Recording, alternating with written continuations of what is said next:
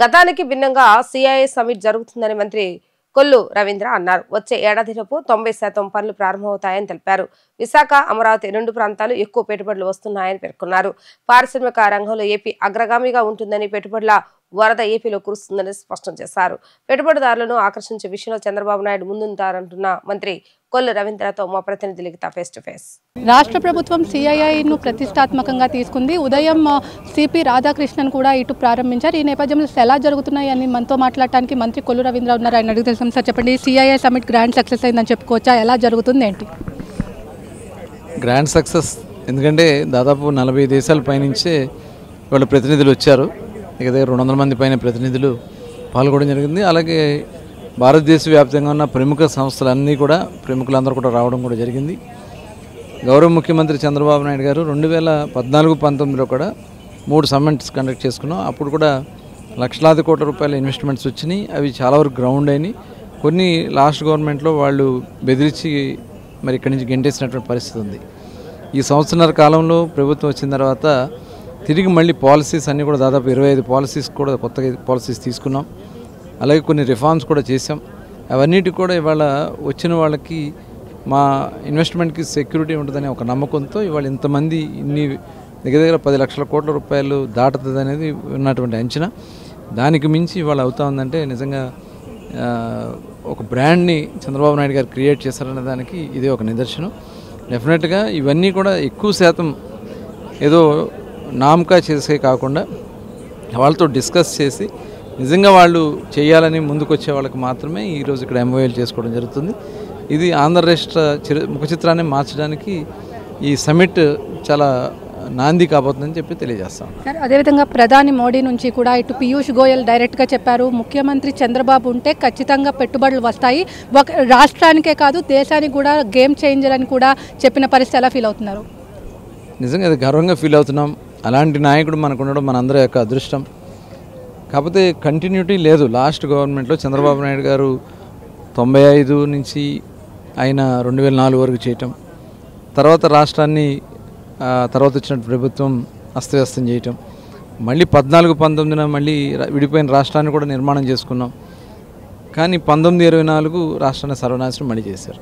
తిరిగి ఈ రకమైనటువంటి గ్యాపుల వల్లే రాష్ట్రం నష్టపోతుంది. అలాంటి లీడర్ మనకి తిరిగి మళ్ళీ దాన్ని పునరుత్తేజం తీసుకొస్తూ ఇన్వెస్ట్మెంట్లు తీసుకొస్తూ మళ్ళీ ప్రపంచాన్ని మన వైపు ఆకర్షించే విధంగా చేయటమే కాకుండా ఇవాళ ఒక బ్రాండ్ అంబాసిడర్గా, దేశానికి ఒక బ్రాండ్ అంబాసిడర్గా చంద్రబాబు నాయుడు గారు నిలబడ్డారనే దానికి ఇవాళ కేంద్ర మంత్రులు కానీ ప్రధాని గారు కానీ చెప్తున్నటువంటి విధానం డెఫినెట్గా మన తెలుగువారిగా మనం అందరం కూడా గర్వపడాలి. ఆనాడు మైక్రోసాఫ్ట్ సంస్థ తీసుకొచ్చి ఐటీని హైదరాబాద్ తీసుకొచ్చినప్పుడు చాలామంది వ్యంగ్యంగా మాట్లాడారు. కానీ హైదరాబాద్ ముఖ చిత్రాన్ని మార్చింది. అట్లాగే దేశ విదేశాల్లో మన తెలుగు వాళ్ళు ఐటీలో చాలా ప్రముఖంగా ఉన్నారు. ఇవాళ గూగుల్ సంస్థ ఆంధ్ర రాష్ట్రానికి వచ్చిందంటే భారతదేశంలోని అన్ని రాష్ట్రాలు కూడా మరి అమెరికా తర్వాత అతిపెద్ద క్యాంపస్ని మన దగ్గరే ఏర్పాటు చేస్తుంది గూగుల్ సంస్థ. ఇదంతా కూడా కేవలం చంద్రబాబు నాయుడు గారి యొక్క స్ఫూర్తి, లోకేష్ గారి యొక్క చొరవని కూడా ఖచ్చితంగా చెప్పవచ్చు. సార్, రానున్న రోజుల్లో ఇటు విశాఖ ఆర్థిక రాజధాని కాబోతుందా? దీనిపై మీ కామెంట్ ఏంటి?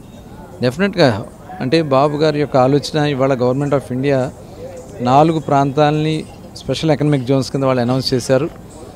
ముంబై కానీ, అదేవిధంగా నాసిక్ కానీ, మన కాశీ కానీ, వారణాసి, అలాగే విశాఖపట్నం. కాబట్టి విశాఖపట్నానికి కూడా కేంద్ర ప్రభుత్వం సపోర్ట్ కూడా ఉంటుంది. 9 జిల్లాలని దీంట్లో భాగస్వాములు చేస్తూ ఉన్నారు.